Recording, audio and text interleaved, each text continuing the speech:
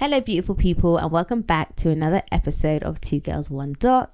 It's your girl, BD, and Florence, the fiance, is on hiatus. So today we have another special guest. She's looking at me. I'm so excited. She is an absolute babe. Honestly, a beautiful soul, a beautiful face. She's been proper supportive, and also she's in cybersecurity, so I feel like it makes sense to do this with her. It does. It's Olivia. Hi everyone. I'm just so excited to be here. We know, we heard. I've said it so many times. I'm just honestly, I'm also excited for you to be here because it's just kind of like, it just makes so much sense. I know. I mean, the topic, the person, it all adds the up, topic, the person, the vibe, it makes a lot of sense. It's all my thing. And also she's a podcast babe. Obviously, like, I just wanted to bring it up. She's familiar with the mic, innit? She knows how to dance with the mic, innit? So it made a lot of sense. Today we're drinking. We've been drinking, actually. What we're drinking at the moment is the Asti. Let me see. What does it say on there? Can you read it? This is Alini Asti. Alini? Yeah. Is it? Is that what it's called? Yeah, Alini Asti. It's one from Lidl. I've been talking about this. Yeah, I've been talking about it for time. It's very nice. Obviously, it's going to be on our Instagram if you want to look. There's going to be a link in the show notes so you can check it out. But yeah, you know I love a sweet thing. Liv loves a sweet thing too. I just like sweet thing. It's quite good. It's better than like Tesco versions and all that. Yeah, it's the best one. Yeah. The Lidl, and it's the best priced one. How much is it? It's like $5.29. $5.29. It used to be $4.49, but inflation. Everything's going up. Yeah. Inflation. Can't find eggs as well, by the way. But that's another point. Is it? I thought it was just me. No, there's no eggs. Apparently in Lidl, they only had the 6 and they're restricting you. You can only buy 2 at a time. I've been trying to find eggs because I have avocado and I'm like, so what am I supposed to do? Just have avocado by itself? Yeah, honestly, that's what I have it for in the morning. But yeah, there's no eggs. So what is that, Brexit? Yeah, everything is. Yeah, short supply. So like, I went into the shop empty. Do you know what? I was looking for stuffed mushrooms, for the longest time. They're back now, thank God. Are they back? Yeah, I bought them a couple times since the last time I ranted about this. But like, there was a time when there was no stuffed mushrooms. There was a time when I couldn't get any chicken wings. You're joking? Yeah, chicken wings. It was. Do you know the one that I've been really feeling recently? Courgettes. So I can't relate. What? No, I eat courgettes quite a bit, and unfortunately, no. But seriously, hear me out. They've been gone for like 2 months. My mum and I were having conversations about it, being like, "Where's the courgettes?" They came back in stock. Is it Brexit? It must be because since Brexit, when I get into the shops and I'm looking on the vegetable section, everyone's like, "It's bare in here, innit?" I'm like, "Yeah, there's nothing here." It's crazy, but yeah. I just want to let the record show I voted to remain. Yeah, same.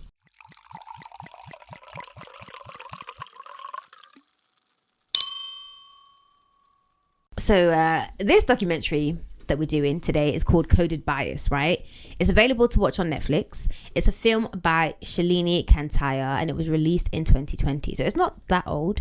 And also 2020 is when The Social Dilemma was also released. And I think, we covered that in episode, 24 or something like that.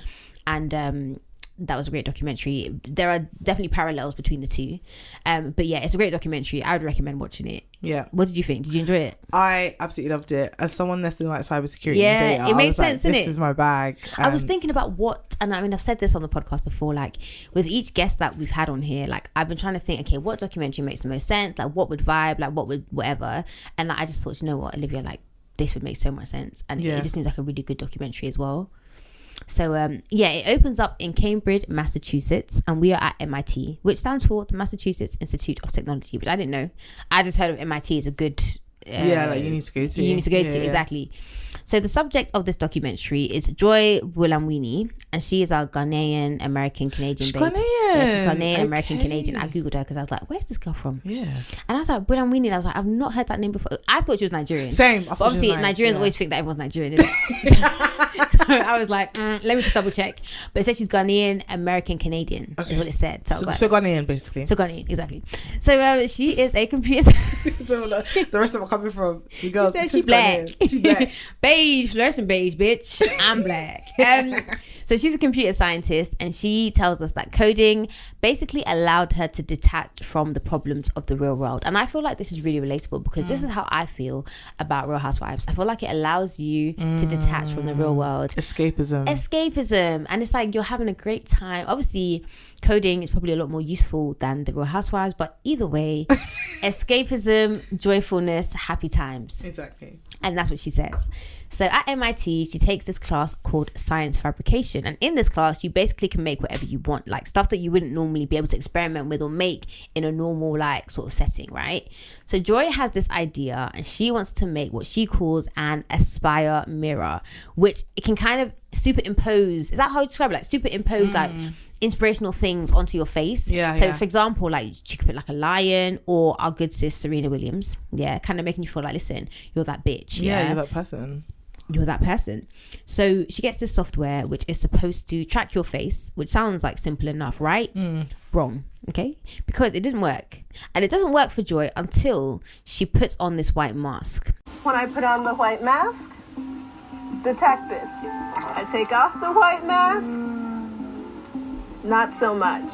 And we see it in the documentary. Like she puts on the mask and it says face detected. Detected, yeah. She takes it off and it's like she's gone. It's like yeah, literally. And then it's like, interesting. So she's like, okay, like she doesn't just jump into a racism bias. Like she thinks, okay, let's problem solve. Maybe it's the lighting, like, you know, like maybe it's the angle that I'm looking at the camera. And I thought like maybe it was her glasses because she's wearing these like hexagonal shaped glasses. And like when I do, you know, when you go Heathrow, I was about to say, put your passport in. Yeah, you have to like take off your glasses or whatever to do it. Yeah, I was like, oh, maybe it was that. And then I was like, there's no way there's an hour 25 minute documentary about the fact that she has to take off her glasses. Like, and I'm sorry, but if you can open your phone with your glasses on with Apple ID, Face ID, well. So, and do you know how many different pairs I have, and it works every single time. Hair up, hair down, makeup up, literally makeup on. Every single time. Literally different hairstyles, everything. So as I'm thinking, all right, cool, like maybe it's her glasses. They show us a scene of her trying it without her glasses, and the same thing happens. And I was like, well, there goes my theory. Like literally, there's like they were in my mind at the time. Like as I was thinking glasses, they were like, no, bitch, it's not the glasses. Yeah. So Joy tells us that we have to teach computer things. Like we have to basically provide them with what they call data sets. So if you want it to detect faces, we have to show them bare faces so it can start to understand what is a face, like what constitutes a face, and then it can recognize them and detect them in the future, right? Cool. So Joy is like, all right, cool, do you know what, let me look at the data sets that this particular program had in order to learn. And she finds that they're mostly white men and just white people in general. So it wasn't familiar with faces like hers. And I'm sorry, like a face is a face is a face, do you know what I mean? Like for the most part, 2 eyes, a nose, a mouth, like what? And it's like all white people don't look the same. So like there's going to be variations in the noses, in the eyes, in the lips, like skin tone. Like, so what besides like what? No, but I do feel like they probably have taken like I would say measurements, but you know the diameter of the nose, like the whitest whites, exactly, because we tend to have wider, more flatter noses, fuller lips. But even still, a face is a face. I get, but a face is a face. Do you know what I mean? But I guess so. Like literally, if all they know, because we are saying that in terms of having seen bare different ethnicities and stuff. If the computer all they see is this like delicate nose and like light skin and stuff, they're probably thinking, okay, this is not a face. And so what is it? Am I animal? Anyway. So this is, literally we'll get onto that, but but well that's what they be seeing. Primates. This documentary was so good. Like it was long, but it was worth every minute. Honestly, like, I definitely recommend watching it. It's on Netflix. Coded Bias, right? So this is what makes Joy look into the issue of bias. And so although I'd never seen this documentary in particular, I'd heard of bias like on Twitter. Because there was this like whole thing about the image cropping algorithm and how it always chose like the whiter, slimmer faces to show. And there's this whole article on it. I'm going to put the article on our Instagram so you can go and look at it now, but like literally just showing that like it would always choose to crop the image and show the whiter face. When you click on it, you'd see like darker faces, but it would never choose that no matter what. There was even one with like pictures of Obama, and it was like just photoshopped lighter images of Obama, and it would always be the whiter image that would show up. Are you serious? Yeah, I remember seeing it on Twitter, but I'll show you the article. It'll be on our Instagram. I'll send it to you now. Okay. So we get this talking head. Her name is Meredith Broussard, and she's the author of this book called Artificial Unintelligence. And she's basically saying like all the sci-fi AI stuff is like made up. Yeah, it's all dumb. What we actually have is narrow AI, and that's basically maths. Yeah. And she says this bit about how like the founding fathers of AI are basically white men, and Meredith makes the point that everyone has unconscious biases, and so those are obviously going to be embedded into the work that you're doing. So they're doing AI stuff, so obviously they're unconscious bias. And it's not to say say they're like bad people, but their unconscious bias is basically embedded into the software that they're making, and that software is now being applied to everyone, right? So Joy looks into this bias a little bit more. So I looked at IBM, Microsoft, Face++, Google. It turned out these algorithms perform better on the male faces in the benchmark than the female faces. They perform significantly better on the lighter faces than the darker faces. So for lighter men, the software was 100% accurate. Lighter women, 93.6% accurate. Darker men, 98.7% accurate. And then darker women, 77.5%. It's always us. It's always us, first of all. It's always us. But then also like the men, so it's more skewed men than like whites in this particular case. Because the darker men were higher than the lighter women. The lighter women, yeah. And obviously, fuck us in it. Like, fuck my drag. Like, you know what I mean? Like, did it 77.5. Everyone's in the 90s. 77.5. Fam. Very disrespectful. Very disrespectful. But Joy makes a really good point, basically saying like, look, we use data sets to train machines. And so if the data sets are skewed, which they often are, then the results are also going to be skewed, which means the learning is also going to be skewed. So they're not really truly learning about the whole population, right?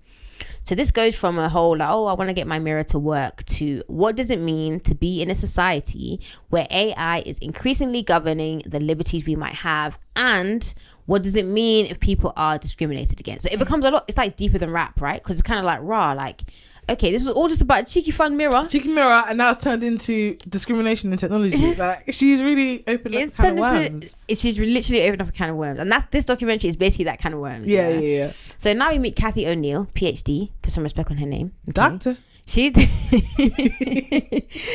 author. Dr. Kathy to you, man. She's Dr. Kathy. Miss Kathy if you're nasty. Oh my gosh. She even looks like one of them people that low-key. Yeah, like a little dominatrix. I really liked her. I did enjoy her. I really, really liked her. I enjoyed seeing how she looked before and also how she was now. It's like she's found herself. Yeah, it's like she's just so much freer now with her blue hair. With her blue hair and her little son, who I thought was her daughter. Yeah, me too. But I think maybe because the hair's just long. Yeah, that's what I thought. Maybe I did think something else, but but then I wasn't sure. And I was like, it's a kid. Let me just shut up. Yeah, they said the son, so they've given the gender. They provided the gender. Exactly. So we don't have to speculate because we've been told. So she is the author of Weapons of Mass Destruction. These book titles that we've heard so far, I was like, well done, you. The play on words. We had Artificial Unintelligence and we had Weapons of Mass Destruction. Gosh, I was like, so good. There's another one actually. Well done, you. This wasn't that great. Invisible Women, but I'll come on to that in a second. Yeah. When we get there, you let me know because I didn't write that down. So she gives us the definition of algorithm, because really we all use that word, but do we know what it means? I don't know. The way I describe algorithms is just simply using historical information to make a prediction about the future. What worries Kathy about AI and algorithms and all that stuff is power, because the people who own the code run things, right? So like she says, for example, like getting a loan, like there's no appeal system, there's no accountability. The people in power decide what the code is, and then like you either suffer from it or you profit from it. Like you have no say. No, there's no accountability structure, nothing. It's just like they decide and that's it. And then that's it. And so Kathy's like, people think that because computers aren't humans, they don't have the bias or the evil that humans have. But this is very dumb, because computers are programmed by humans who have biases and can be evil. So it's kind of like they see it as like this passive, like, oh, it's a computer. Okay, but who programmed the computer? That's the thing. Like when they talk about it, it's like computers are meant to be centered on this whole idea of operational efficiency. Robots just make things work better. But it's like you said, who's telling these machines to do certain things? Like they're not standalone autonomous machines. And that's the guise they use to hide what they're doing. It's us, the robot.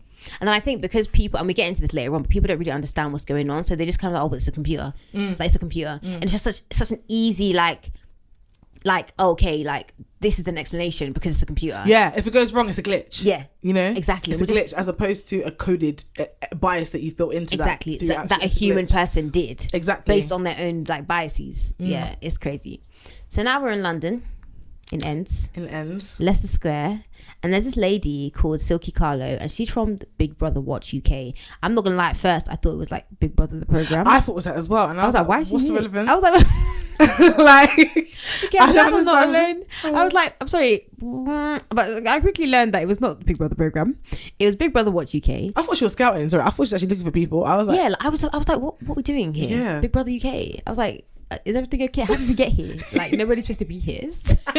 So she's telling us that they use facial recognition software, just cash in the street or willy-nilly, just basically scanning to see if anyone's dodgy, right? Yeah. So you might think, okay, amazing, like safety measures and, you know, everyone's keeping the public safe. But 98, you heard me correctly, 98, that means that 2% is remaining. 98% of these matches are incorrectly matching an innocent person as a wanted person. That's like me and Olivia going to Leicester Square, and then they even, in fact, us going to Leicester Square, and then them doing facial recognition and then saying Olivia is a terrorist. Oh, me. Can you imagine? And me too, because think about 98%, like low key, that's both of us. That's both of us. Maybe minus my little toe. That's both of us, yeah. Trying to say like, oh yeah, we are who we're not. And it's not saying like, oh, you're just a random person. That like, it's like saying you're a dangerous person. You're someone that they're looking for. Exactly. And then 98% of the time, they're wrong. Terrifying. So they do research at Big Brother Watch UK, and they find that. So it's not just they're pulling a number out of the air, like they literally do research and find this. They also say that, I mean, to be honest, we don't hear like the sample size of the research. No. Like, so I mean, we're taking it all with a pinch of salt, but like 98% is crazy, right? But then also it's only crazy if there's like a big sample. Anyway, it doesn't matter. But either way, 90% is 90% enough for you to know not to do it. It's not working. Yeah, like it's enough for you to know it's not working. The thing is with research is that like your sample size actually matters. Like, it does. Imagine if there was only like 10 people. To be honest, even if it's 10 people, that's actually wild. It's still but, like, wild. Imagine if there was 1,000 people and 98%. That's a much stronger case to be like, okay, this is fucked. Exactly. Do you know what I mean? Exactly. But obviously, this documentary wasn't about their research, so I guess that's why we didn't get all the information about it. But it's just being able to have a critical mind and think like, what is the information presented in front of me? Is it accurate? Is it reliable? Is it fair? Like, can I judge it the way that? Do you know what I mean? But yeah, either way, 98% is this shit. So they also say that like, them having your biometric data, which is like your fingerprint and all that kind of stuff, they can't just come up to you in the street and say, give me your fingerprint. They have to have a reason to do that. So why is it then that they can just have your face just there because you happen to camera. go out to Central one day? Just mind your business. You Mind might have your just go business. just quick shopping, link up with your friends, and next minute then you're look at your wanted. face. You're wanted. You're wanted for a crime you didn't commit. It's crazy. I was like, nah, I need to wear my mask. Like, I need to be out with my mask Yeah, you on need because anyway, we learned that didn't even help later on. So this is mad scary. And so this is the later on, yeah. So we get into this it's a proper British scene. Like this scene to me was just so quintessentially British, yeah. So British. So British. So Silky, she's out in London and she's telling people about this facial recognition camera on this van. So basically, from what she said, like there's a van, it's green, if you're out there looking for it, yeah. It's green. Was it green? Yeah, it was a green van. Okay, great. I was like, did I imagine No, that? it was definitely green. Yeah, it's green and it has cameras on the top of it, yeah. And those cameras are facial recognition cameras, yeah. And police inside. And police inside and also outside. So she tells this guy about it, yeah. And he is walking past it, so he covers his face because now he's informed about the fact that there's facial recognition software, Exactly. yeah. He covers his face, yeah, when he's walking past it, and the police stop him and they give him a fine. The guys up there informed me that they got facial recognition, so I don't want my face recognised. Yeah, I was walking past and covered my face. As soon as I covered my face like this, you're allowed to do that. He dragged, no, I can't. Yeah, and then he's just got a fine grabbed for hold of me it. and give me This is a fine for crazy. And he's like, fam, like, it's facial recognition software. I don't want my face recognised, yeah. So then Silky starts talking to this older lady. In my head, I was like, this is some random lady. But it turns out she's the Baroness Jenny Jones. She's a big woman, you know. She's a big woman, you But we know. didn't know until later because she's like, I'm going to chat to the I police. didn't know it till later Do you want to come with me? She's like, yeah, I'll come with you. Guy came out of the station, saw the placards, was like, yeah, agree with you, walked past here with his jacket up. The police then followed him, said, give us your ID, we're doing an identity check. It's like, what? This is England, this isn't a communist state, I'll have to show my face. I'm going to go and talk to these officers, all right? Do you want to come with me or not? Yes. So, but can we go back to that scene though? Yeah, go The back, man, go back. The man's like, wind your neck in. Yeah. He's like, what you wind your neck in? I'm not having my face on there. What do you mean? He's so angry. He is irate. But the thing is, I get it. Because even when he's like, oh yeah, like, wind your neck in. Because I had the captions on and they said wind your leg in. And I was like, oh, you guys are not British. Yeah, Literally was like, wind your neck in. Because he basically saying like, oh, you shut up. No, you calm down. No, you calm down. What do you mean I'm my face on there? I don't want my face on there. I don't want my face She on told there. me. She told me you're not recording. I said no. Yeah. If I want to cover my face, yeah, I can cover my face. Why is that? Now you're giving me a fine. But you know what I was thinking when I was watching it, low key, and we'll get on to what else they discover. Yeah, but he got all irate because he had the privilege. Because there's no way I'm gonna start telling the police to wind their neck and their legs in, and I'm leaving for fine. He was giving it. He was like a white, like Cockney guy. White Cockney guy, but yeah, they told him, and he was like, "No, I'm not having it." He's not having it. But the thing is like, I just feel like I don't want my face all out there. And like to some extent, like we're all kind of fucked because do you have Facebook? Do you have Twitter? Do you have Instagram? And even if you don't have those things, do your family have them? Are you on there? Like your face is out there somewhere. Like somewhere. It's very unlikely that you don't have a digital footprint. Like at some point you have one, no matter how big or small. But still, like if I am just literally minding my business, walking down the street, just because I'm covering my face doesn't mean I'm guilty. It means I don't want my face out there. Exactly. Like, and no one consented to that. And no one consented to that. And also you can't like consent to that. You can't there can't be some disclaimer like, oh, if you get off at this train station, you're consenting to being facially recognized. What? So what? Now I can't go to where I want to go to. That's what I'm saying. Because we've got like 6 million cameras in the UK. Right, CCTV. No, in London. In London, 6 million. But they're not processing, they're just capturing. So I think we're a bit more like, okay, I'm not okay with that either. But at least not processing my information, then pulling up my active persona. With what they had in that van, it was like, boom, this is you. Name, date, bringing up records. Everything, fam. The government, the gov details, the details. That's your just crazy. Government name. Government first and last. Yeah, it's scary, man. It's actually scary. But that scene was so funny because literally like Jenny Jones and Silky are like, yeah, I'm going to go talk to him. And because the thing is, when I first saw it, I didn't know who the hell she was, yeah. And I was like, nah, like, what is this privilege? Like, just speed up. Honestly. I'm trying to avoid the police. Like, listen, if I see them and cool, please, I left my house for a reason. Let me get there. Let me get back. Fam, when I see him on the road, I'm just like, eh? Yeah. Like, literally, because they go up to them and like they're making their case and everything. Ultimately, it doesn't matter because this police officer, PC, DCI sergeant, whatever, PC Becky, like they are not the ones making the rules. They're just enforcing the rules. So chat to them all you want. Like they are literally they're not even the middlemen. Like they're not important. They're not in important. Any of this. They are not the ones who are lawmakers. They are not the ones who are like putting this into effect. Like they're literally just enforcing the rules. Like you want to get to the higher ups, you're a baroness, you're chatting to the policeman, go and chat to the lawmakers, the people. Exactly go and chat to them, man. Exactly. So you can argue with them, they're going to argue back because they're doing what they've been paid to do. What they've been paid to do. And it's funny that you mentioned the like 6 million cameras in London because this reminds me of, you know that BBC drama The Capture? Have you seen it? Nah. You should watch it. Should I? You should watch it. You especially should watch it. It's so good. I haven't finished it because I have commitment issues when it comes to shows. BBC. Okay, The Capture. It's literally this. Like it's literally this, but like more insidious. But it's more insidious because it's like what could possibly be happening, and maybe it is happening. Maybe that's why it's a show. Maybe it's not. God, this is so scary. It's so good. It's terrifying. It's like mind-boggling. It's actually terrifying, but like it's so good. So we learned that in Hong Kong, police are using facial recognition technology to track protesters, right? So the protesters are like, okay, cool, bet. So they use lasers to like disable the systems. They wear masks, like them oxygen masks, so they can't like identify them. I thought it was to stop them in case they release gas, you know. Oh really? I thought maybe that, but then I also thought it was like to hide their faces because the whole point of them bringing it up was like how the protesters are like fighting back against the whole facial recognition. Yeah, why are you gonna wear a gas mask? Why can't you just put like a blue thing on? I don't think that's enough. I don't think it's enough. A blue COVID mask. I don't think it's enough. And if the police come down off your face, what are you gonna do? What are you gonna do? Done. Boom, got you. That oxygen mask ain't coming off for nothing. Yeah, it's true. And also, like if I see you on the street with a mask on, I know it's you. Yeah, it's true. But I guess especially since COVID, I've been able to clock people. You clock people, yeah. You clock people through masks. See, even now I can't see your eyes. I can the mic because the mask is covering your mouth. I can know it's you. Yeah. It's you, I've even clocked buffings with masks on. Remember back in the day? You can tell. He's nice, fam. Yeah. But yeah, back to Hong Kong it's and the aura. protest. It's the aura. Nasty. So yeah, they spray paint the cameras black. Like they don't give a fuck. No, they don't give a heck. Yeah. So Joy makes the point that like seeing stuff like this shows you what our future could be like. Like there's a danger of creating like a mass surveillance state with no regulation. Okay. And so Joy also says that as well as, you know, state surveillance, which is what we've been talking about, we also need to be wary of corporate surveillance, right? And we learned that there are currently 9 companies building the future of AI. 6 are in America and 3 are in China. Terrifying. And also, like, UK, sort it out. Like, I know it's not a good thing, but like, you look at your mates building surveillance. Nothing. The future of AI. And what are you man doing? Doing niche. You can't get eggs. That's what we're saying. We're looking for groceries, fam. God. Them man doing cabinet shuffle and the world is built. Why are you never in the front of the race? But you colonize everybody. Where are those? Where is the power? Where is the power? Where's the power? You colonize. Where are you now?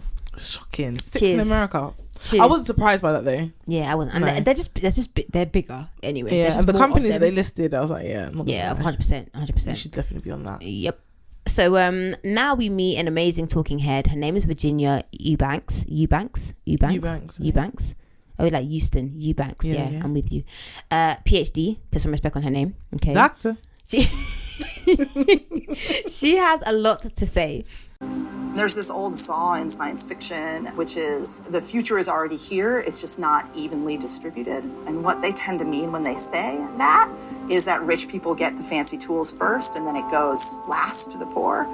But in fact, what I've found is the absolute reverse, which is the most punitive, most invasive, most surveillance-focused tools that we have, they go into poor and working communities first. And then if they work, after being tested in this environment where there's sort of low expectation that people's rights will be respected, then they get ported out to other communities. Now, she says this in response to the story of this landlord in like Brooklyn in New York. And he wants to use facial recognition technology for tenants to enter the building. So the way it goes is kind of like they have like fobs, like, normal fobs to like get in. That's what they use at the moment. And so he's kind of like, okay, I want to replace that with like your face, which I think is really fucked because like, the fuck. But anyway, it turns out he wants them to use the biometric, their face, as well as the fob.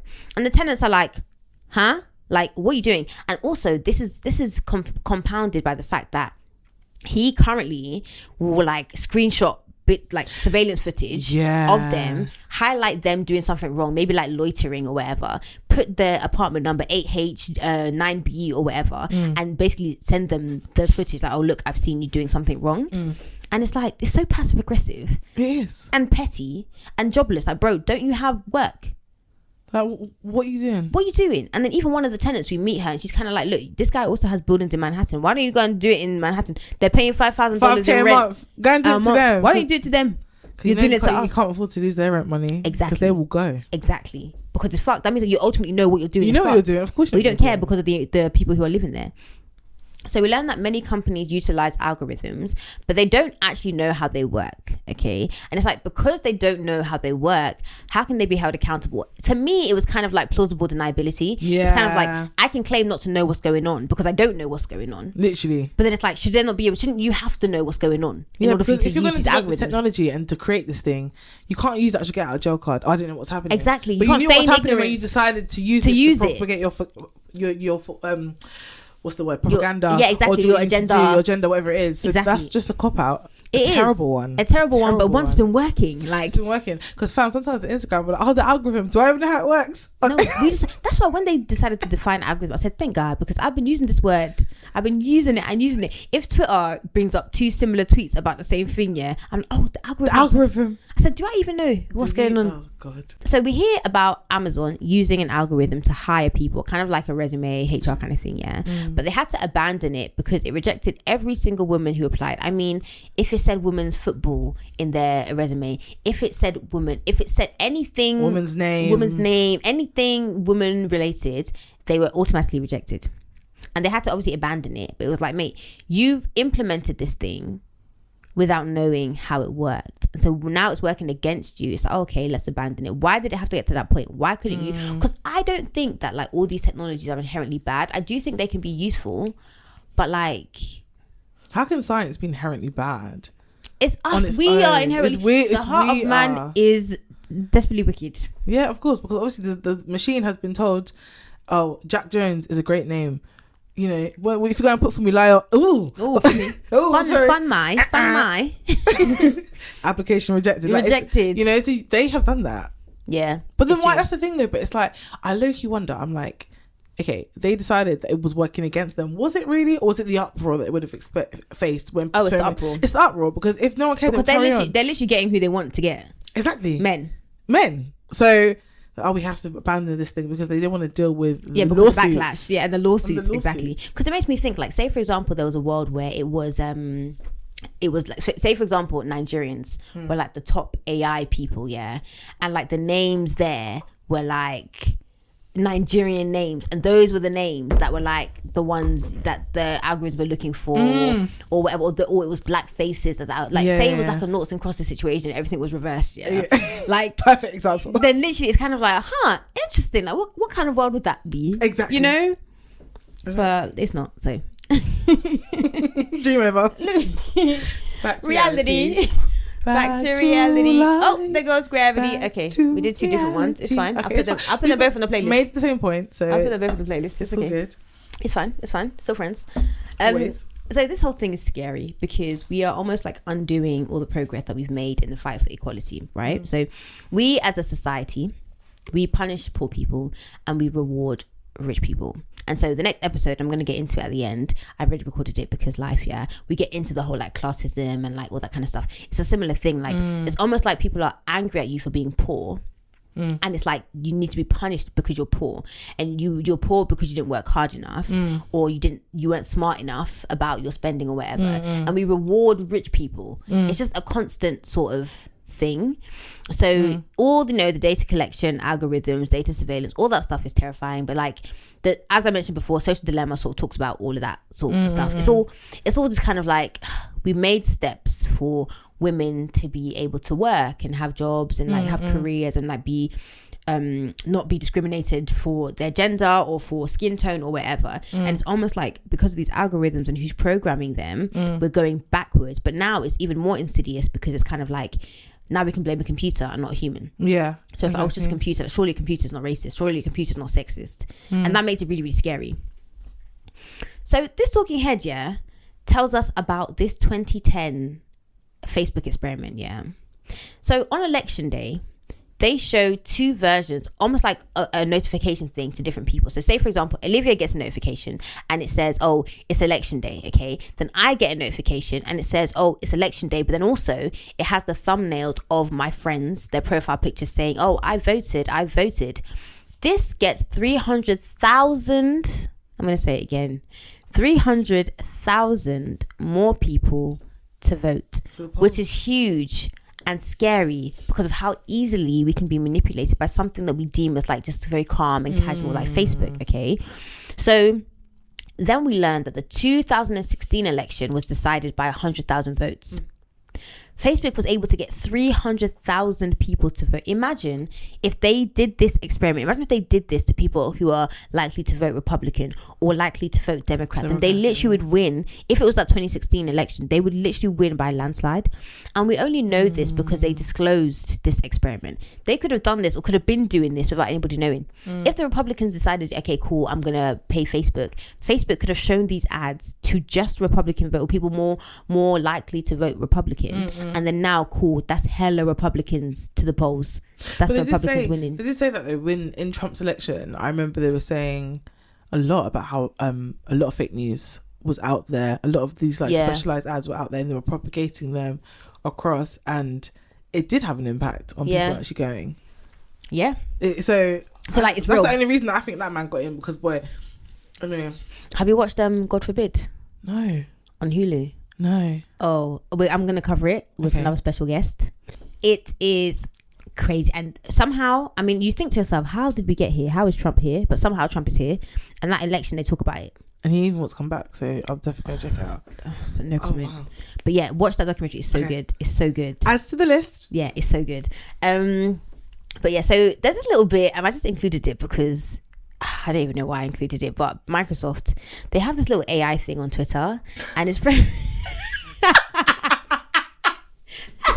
What's the thing's name? Alicia? Ashley? No, it was called Tay. Oh, Tay. Yeah, Tay. Sounds so ghetto as well. It was like hey, Tay. Tay. Hey, Tay. It was called like Tay.ai or something like that. Yeah, Tay.ai. And Tay...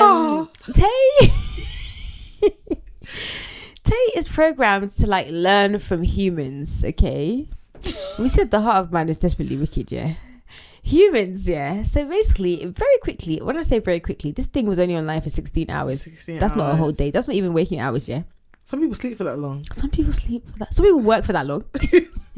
That's somebody's work day. That's somebody's work day. That's somebody's work day. So very quickly, it learns to be a dickhead. Yeah, it's racist. It's misogynistic.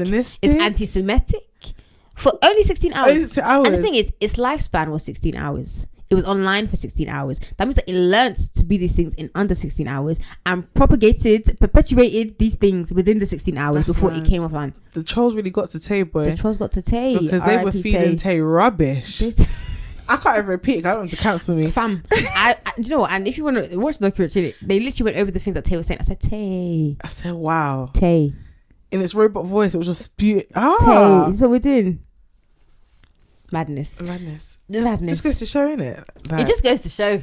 It shows. It just shows.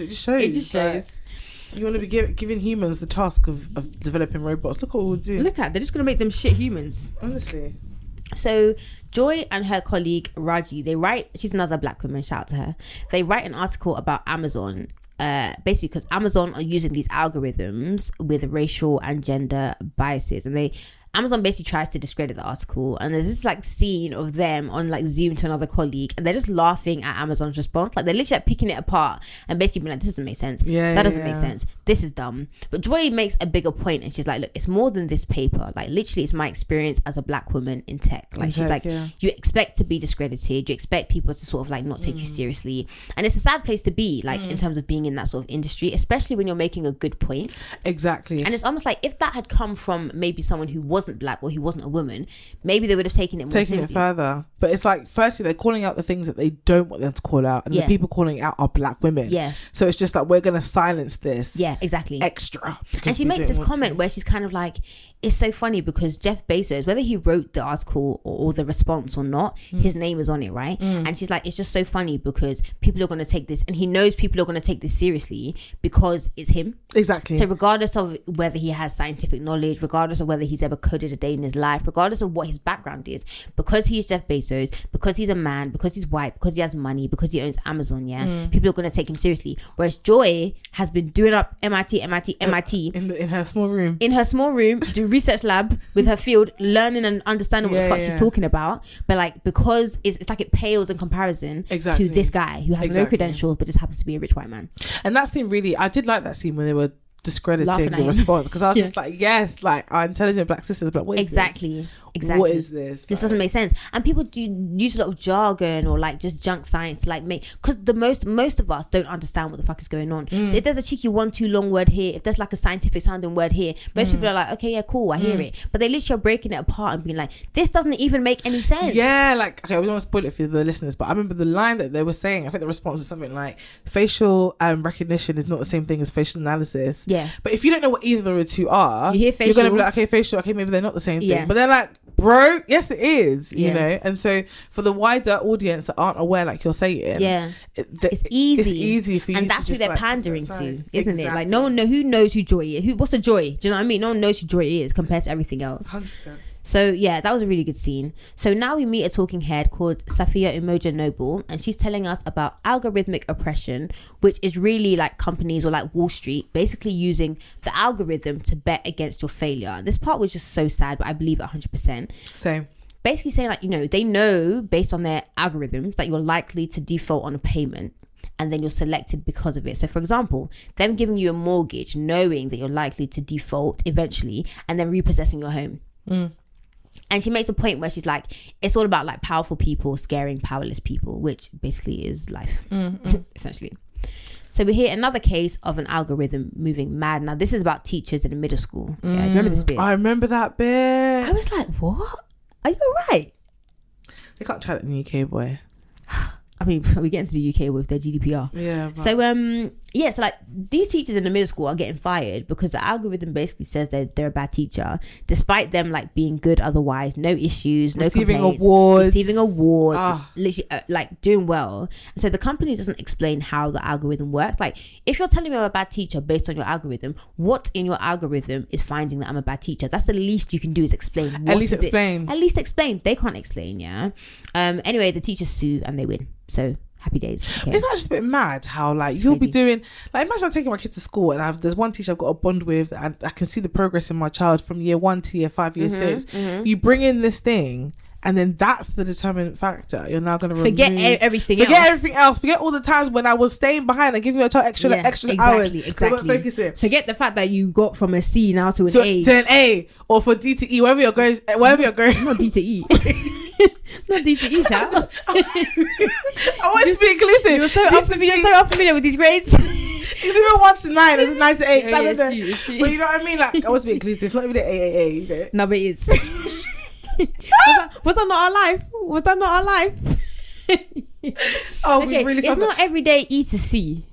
It's not every. But either way, like the teachers were doing that, and then you want to bring in a robot that says, and what was wrong with the traditional marking system or grading system? Yeah.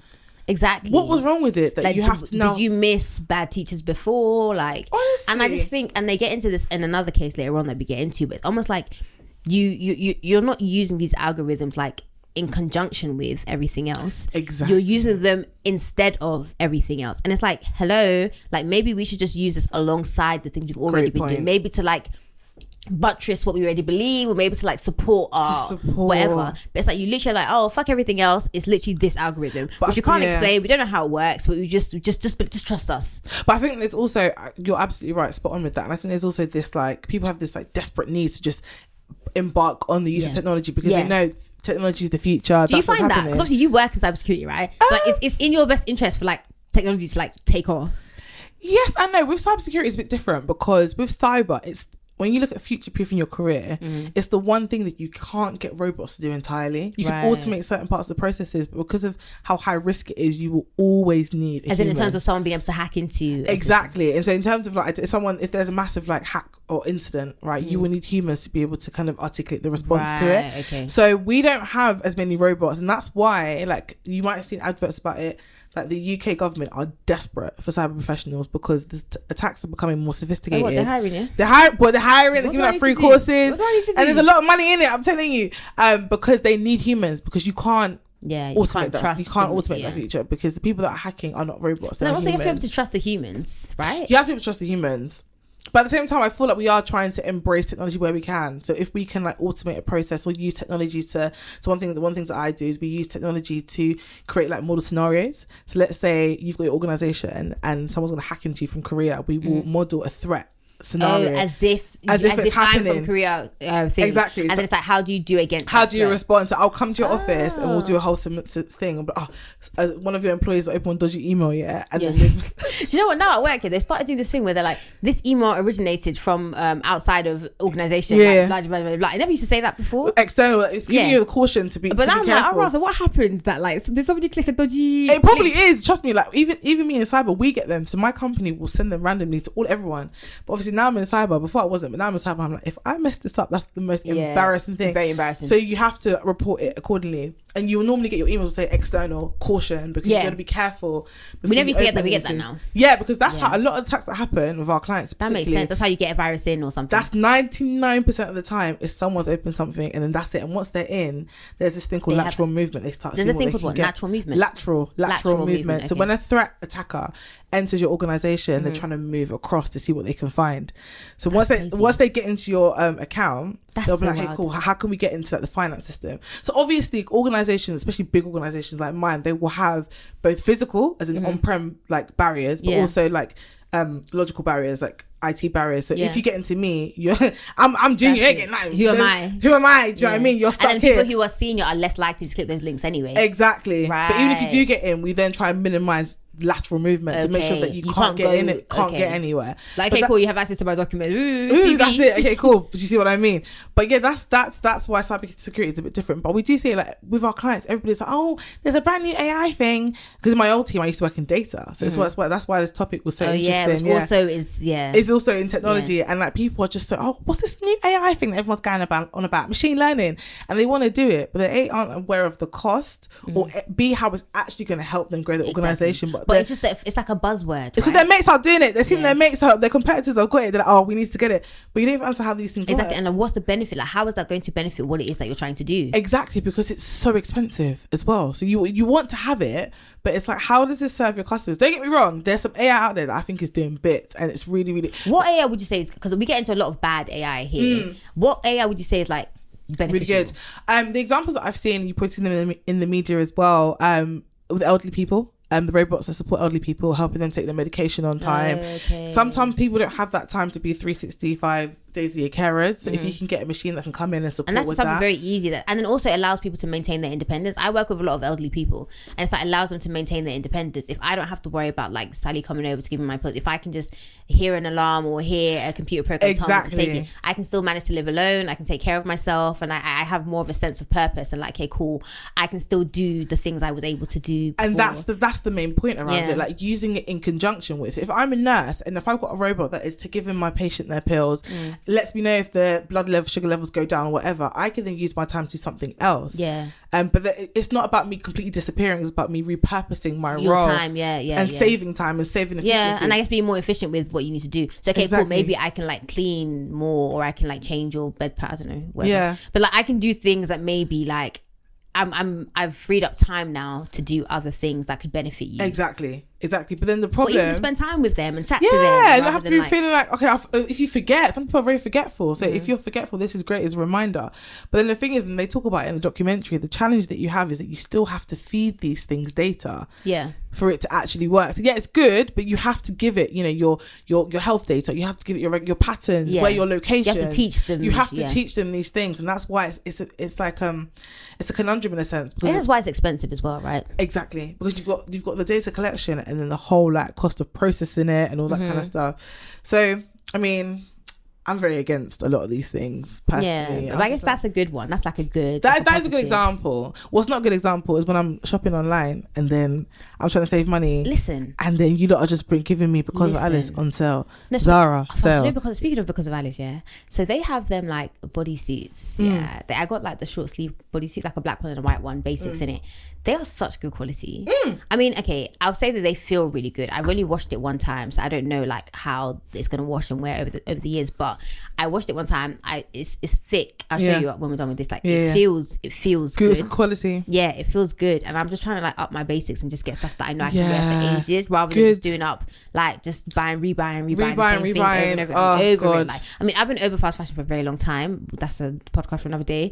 But like that, because of Alice, I understand it is a facet of fast fashion. I understand that, but it's like it is really good quality, and I'm like, right, okay, cool. Like I can wear this again and again and again and again. It's good if you're trying to make like a good like capsule wardrobe. I'd say definitely.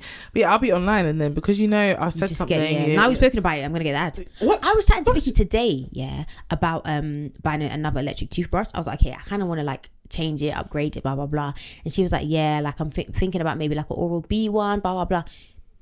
I kid you not. Less than an hour later, she sends me a screenshot. She's on Twitter. Advert for Oral-B. That's it. They are always listening. I'm just like, hello, hi. Like, always. Can I live? Like, can I live? Like, are you trying to sell me something? Do I want it right now? Do your algorithms not tell you that I have no money? Have your algorithms not found that I am in debt? How come your algorithm is not checking my bank account? Your algorithm's not like, have you seen my credit card statement? You just want to be sending me all this nonsense. They didn't see that. And that's what I'm saying. That goes back to the algorithmic oppression. Yeah, it is. You want me to spend more money. You know I don't have it. You know I don't have it. You know I don't have it. You know everything else about me. You know I don't have it, bro. Like, leave me alone. You know? But these teachers, they sue, and they win, okay? And so Kathy, who, remember, is our PhD weapons of math destruction lady, she basically says like this is good. This is a good result, but also like the fact that they were able to win, like why they were able to win, that should extend to all algorithms. Like all algorithms, we should be able to explain and say why they work. And so Kathy tells us about one algorithm that she says keeps her up at night, okay?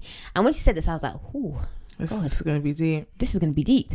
So it's called the recidivism risk algorithm. So it's supposed to calculate the likelihood of someone reoffending based on their age, their gender, their past offenses, whatever. And Kathy is kind of like, okay, well, how do these things work? Like, how are these scores creative? And really, like, all the questions that they ask to base this score or whatever are a way of determining race and class. Like, what's your zip code? Have you had a parent that's gone to prison? All those sorts of things, So we learn that ProPublica published an investigation into the risk assessment software, finding that the algorithms were racially biased. The study found that Black people were mislabeled with high scores, and that white people were more likely to be mislabeled with low scores. Like, of course they find there's racial bias. Okay, then we meet this lady called LaTonya. She was in jail. She's been out, I think, for like 4 years or something. Yeah, she's got an employment. She's got an accommodation from the mayor. She's living her life. Like, listen, as good as you can be, like as far from your past as you can run. Like, she has run far from her past and she's living her best life. Like, forget what she did. Like, she now is like a model citizen. Renewed. She's renewed. She is refreshed. She is revitalized. Okay. So the algorithm is like, oh no, she's a high risk, so she has to report to her probation officer every week. And she's like, be for fucking real. Yeah. She's like, this is long. Like, every single week. I can't imagine someone telling me I have to go somewhere every single week. And she tries to appeal it. Yeah. And they're like, no, the computer is literally the final boss. This is what we were saying earlier about working in conjunction with and not being like the whole be all and end all. Like, fuck what a judge says. It's literally all about what this algorithm says. Yeah. And it's that's very stupid. Yeah, and even to judge, like, how are you sleeping at night? Like, you know the person in front of you. You've been given other, like, you know they're a model citizen now, and they, oh no, computer says no. Yeah, but that's literally computer says no. Literally, and it's like, hello, hi. Like, you are literally. If I stand on this computer now, then what? where do we go from here? Where do we go from here? It's ridiculous, and like they also make this point to say that, like, basically, like, her having to report every week can put her job in jeopardy. If she loses her job, now she's actually high risk of reoffending. Exactly. If someone told me now, like, and imagine, let's say, for example, probation officers are not open on Saturdays and Sundays. I don't know what the deal is, but say they're not, or say it's harder for her to get there on a Saturday or Sunday, or say the hours are different. I don't know. But like, I have to now take a day off out of my life every single week unpaid to come and report. And it's not every employer that's going to be understanding or get it. And it's just inconvenient. Have I shown you in this 4 years? Someone's child is in nursery. 4 years. 4 years. Have I shown you? What do you want? Take my blood at this point. Because do you want blood? Because I don't understand. And it's like she still has to report every week. Why? Yeah. Because of a computer. Based on what? Nothing. No one can even tell her what it was. If you could tell us at the steps, so it looks for A, B, C, D, and E, but they'll never say, because if they say, then it'd be very quick for us to put racismo. We'll point it out. Like, that's the reason why. It's so disheartening. I feel so bad for LaTonya, because I'm just like, you're literally doing everything right. You're doing everything right, but it doesn't matter because the computer says no. Dumb. Shocking. Literally. So Joy starts what she calls the Algorithmic Justice League. The Algorithmic Justice League is a movement, it's a concept, it's a group of people who care about making a future where social technologies work well for all of us. Do you know what? Yeah, Joy is literally just a big nerd, and I love she's it. She's such a nerd. This part of the documentary, she's like wearing, is it like a cape? Oh God. Do you know what? God. I love nerds because I love when people love a particular thing. When they're passionate about a particular thing, whatever it is. Like, I love that they love it. Yeah. And so Joy has on this like cape, and then she has on these like sunglasses, but they're not normal sunglasses. They're like a panel.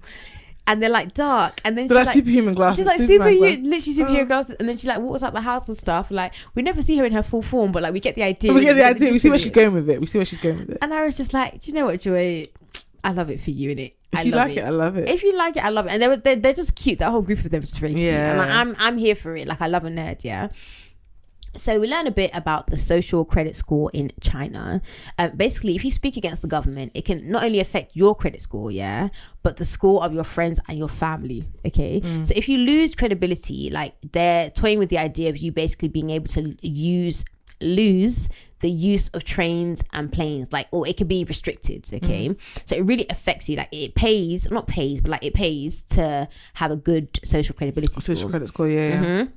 So we meet someone, this lady living in China, and she's like, yeah, like, it improves behavior and it helps. She says that it helps for making new friends. She's like, I can save my time. Like, if you have a shit score, like, why am I wasting my time? She's like, why am I getting to know you? And you know what? I hear it. Because, you know, if you broke, then why are we talking? I hear it. No, but it's not about broke. It's about credibility score. It's about, oh, you're a lovely person. Yeah, same thing in this country. If you ain't got money, why are we here, fam? No, but yeah, that bit, when she said that, I was like, wow. Yeah, so that's what I'm saying. Like, there's no depth. In the West, yeah, they make it seem like, oh, China is so bad, blah, blah, blah, blah, blah, blah. Honestly. And it's like, first of all, they're happy. They're living their best life, yeah. And second of all, we're not that different, which we'll get into in a second. Before we get into that, there was literally an episode of Black Mirror. Do you remember it? I didn't watch, but I went to find it. Oh boy, we're living it, so you don't even have to. But in season 3, episode 1, it's called Nosedive, and it's basically about like basically like social media having social currency, and like you can only do certain things if your score is high enough, and that's basically what this is. It's China, I mean, their system is a bit of a mazza, but it works for, like you said, it works for them. And it's not that much different from us. It's like, not, our talking head is basically saying, like, literally, it's not that much different from the Western world. In reality, we're all being scored all the time, including here in the United States. We are all grappling every day with algorithmic determinism. Somebody's algorithm somewhere has assigned you a score, and as a result, you are paying more or less money for toilet paper when you shop online. You are being shown better or worse mortgages. You are more or less likely to be profiled as a criminal in somebody's database somewhere. We are all being scored. The key difference between the United States and in China is that China's transparent about it. We're all being scored somewhere. It's just that China is very transparent about and open about it. They're open about it. That's the only difference. So now we're back in London, and this bit was really, really sad to me. Someone from Big Brother UK, I don't know what the deal was with like filming and stuff like that. Like a sad coincidence, but basically like they are filming, and this young black boy in his school uniform is being searched by police. He's being fingerprinted because this technology, them green vans we were talking about before, identified him as being someone like on a watch list or whatever. A 14-year-old boy, okay? And so we see the boy in the documentary, but they blur his face. We see him being searched and everything, and he looks really shaken. And I mean, I think it looks like he's crying because like he keeps like wiping his like where his eyes would be. I don't know. He might not be. I don't know. We can't see it properly, but like his body language is definitely like shaken up a little bit.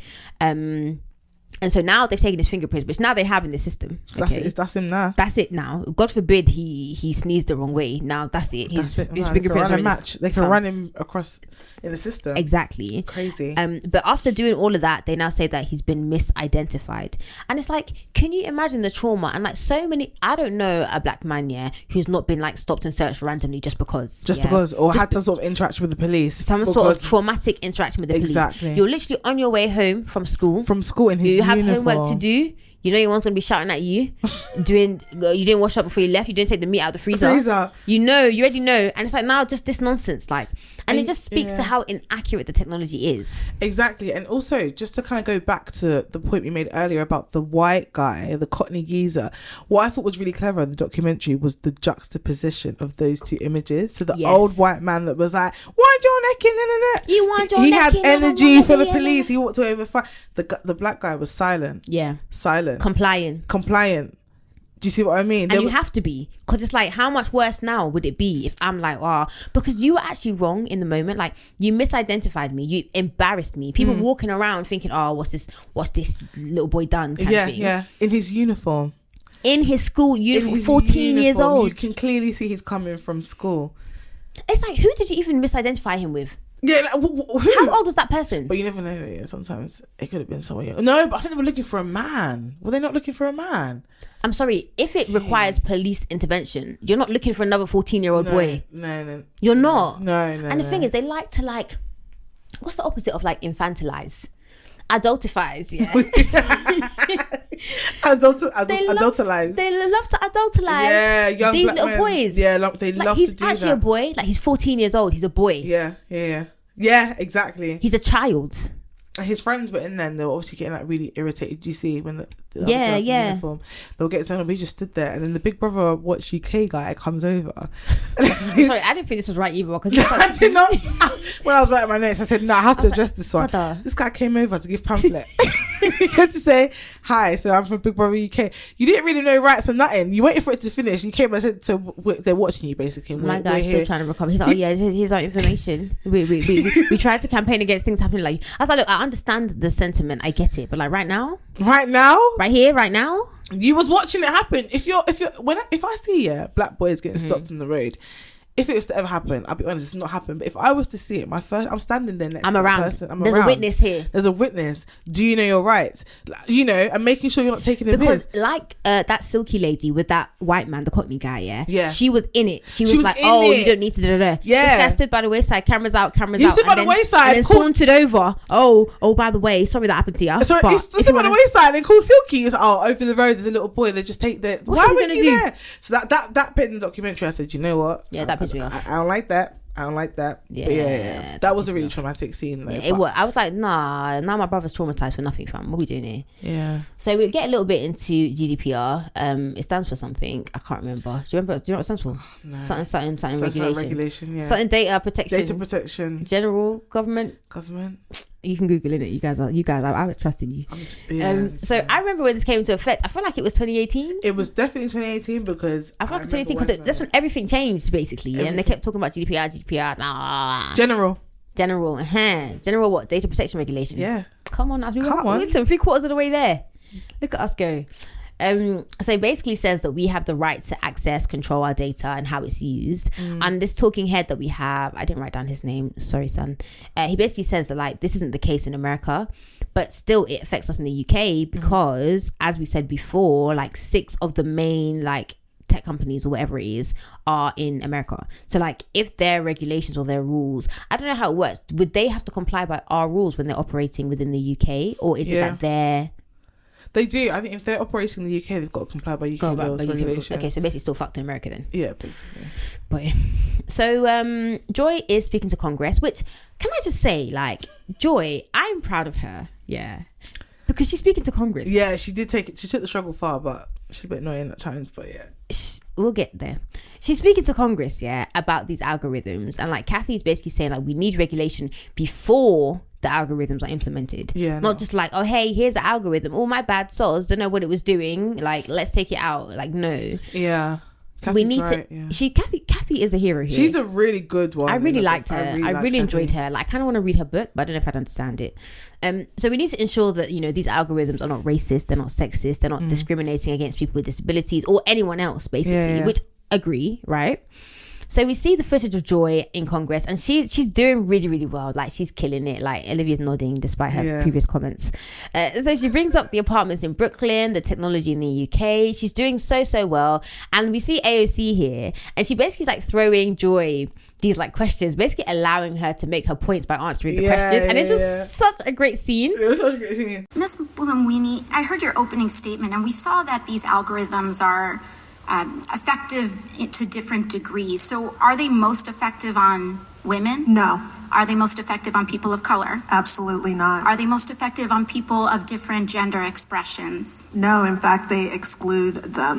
So what demographic is it mostly effective on? White men. And who are the primary engineers and designers of these algorithms? Definitely white men. So we have a technology that was created and designed by one demographic that is only mostly effective on that one demographic, and they're trying to sell it and impose it on the entirety of the country. I was like, yeah, go on, Joy. Like, I'm so proud of her, So then we get this montage of like news footage basically saying that like different states have banned the use of facial recognition technology. That landlord in them Brooklyn apartments, he withdraws his request to have the biometrics.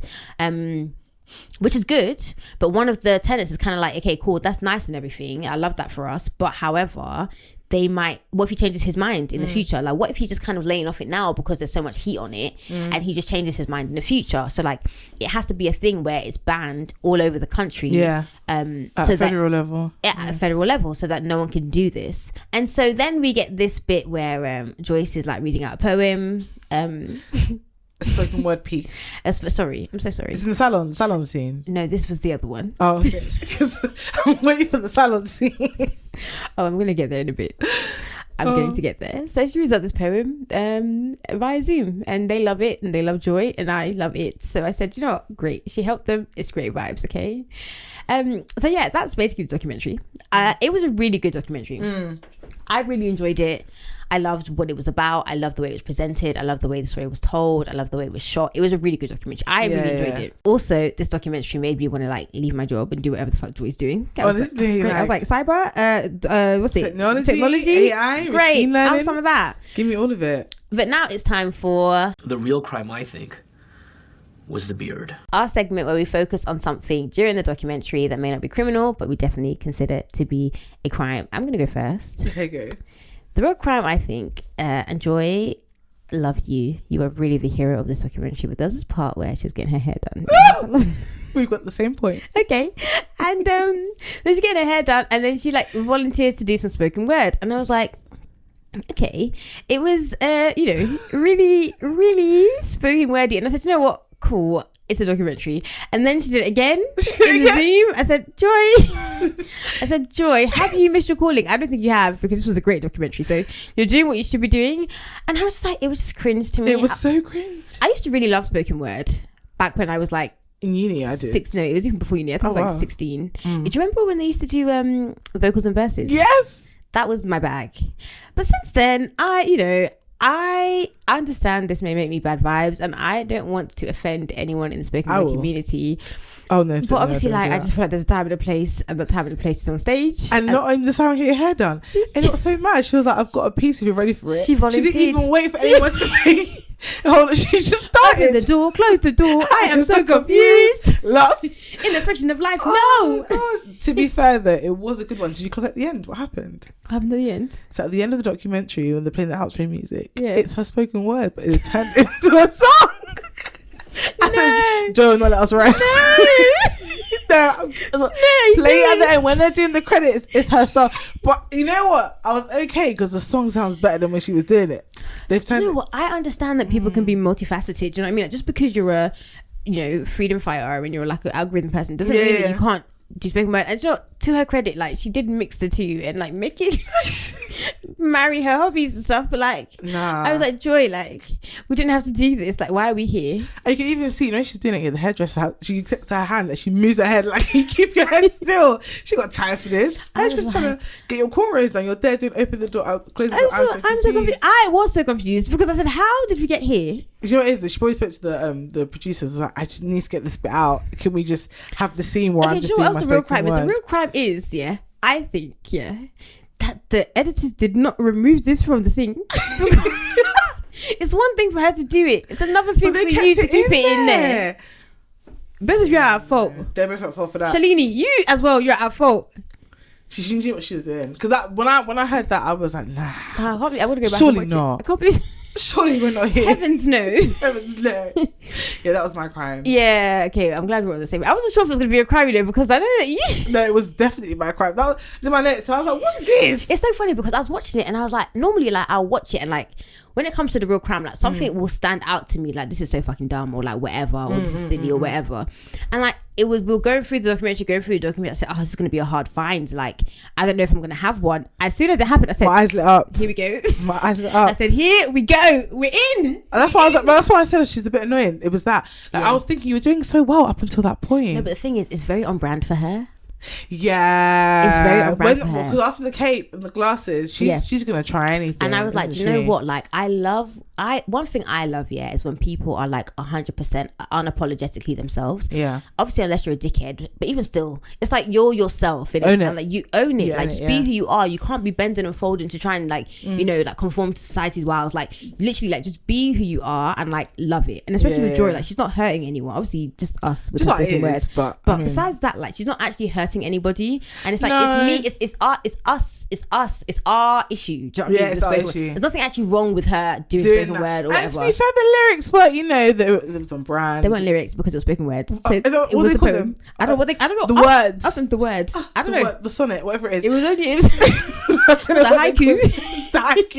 The haiku. Whatever it was. Like, when I listened to it, I was like, okay, fair enough. Like, you're making your point. She's trying to appeal to a wider audience. Exactly. And that's what she said. She did say, she was like, look, like, I just want to, this is a good way to appeal to diversify or die.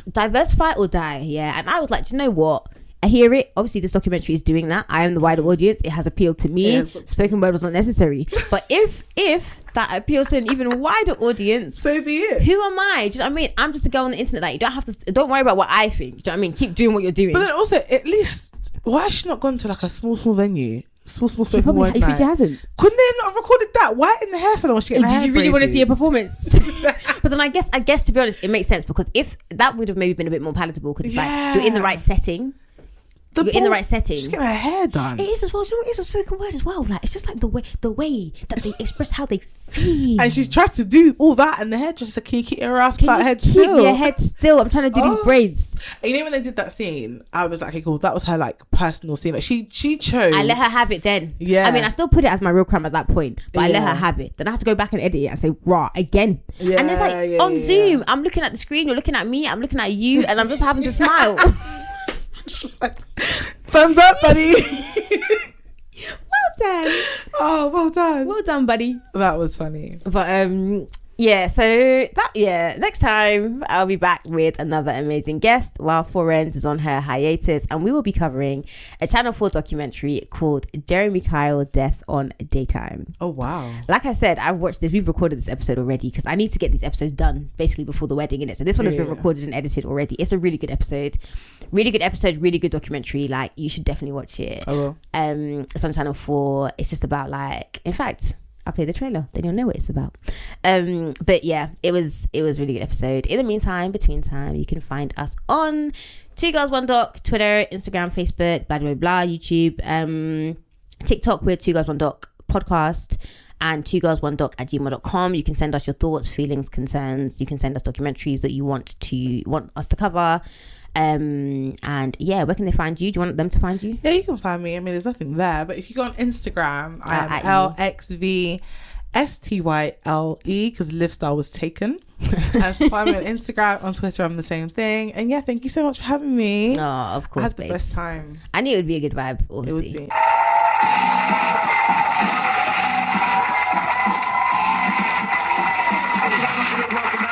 Today is here to find out if one of his granddaughters has stolen from him. Now, earlier this... What is it?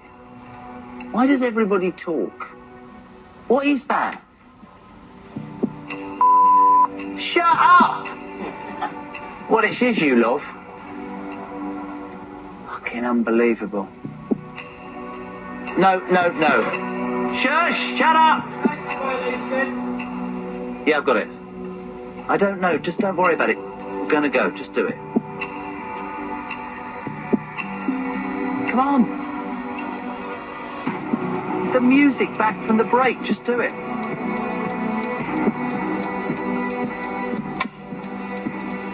Why do you want an actor to speak your words? The number of secrets we've kept is frightening. If I was to be found speaking out, it would be career suicide. It is scary to go against ITV. It's like a massive corporation when I'm just me. Bring his sister out as well. Giving you anything. You're acting like you'll come through, man. What are you talking about? We were kind of a cult. I know that sounds bad, but I would say we was a cult because nobody was allowed to know what goes on in that office unless you worked in there. Hold on a second. Look at me. I know 100% I hurt people directly. After 14 years and more than 3,000 episodes, the Jeremy Kyle Show has been dumped. The talk show, which has run for 14 years, was permanently cancelled earlier today following the death of a participant. I felt like I had blood on my hands, like we felt like we killed someone. Do you think you helped any of the guests who came on the show? I wish I had, but I reckon I never fucking helped a single one. Open the door, close the door. I am so confused, lost in the friction of life. No, I have never read a dictionary in my life. Mary. Quite scary. Oh, it's Mary. Oh, the contrary, isn't it? But my head is big with wisdom. Oh, you really remember all wisdom. of it, Wiki. Okay. So the other one is, what's the other one? Kill, punch, stab, believe. Why is this suburban kid so mad? I have no clue, but I'm mad, and I'ma hurt all of you. But I gotta be home by curfew. It's like, so till I'm free from all this love my family supposedly giving me, I would be mad for no damn reason. I love you, Dad.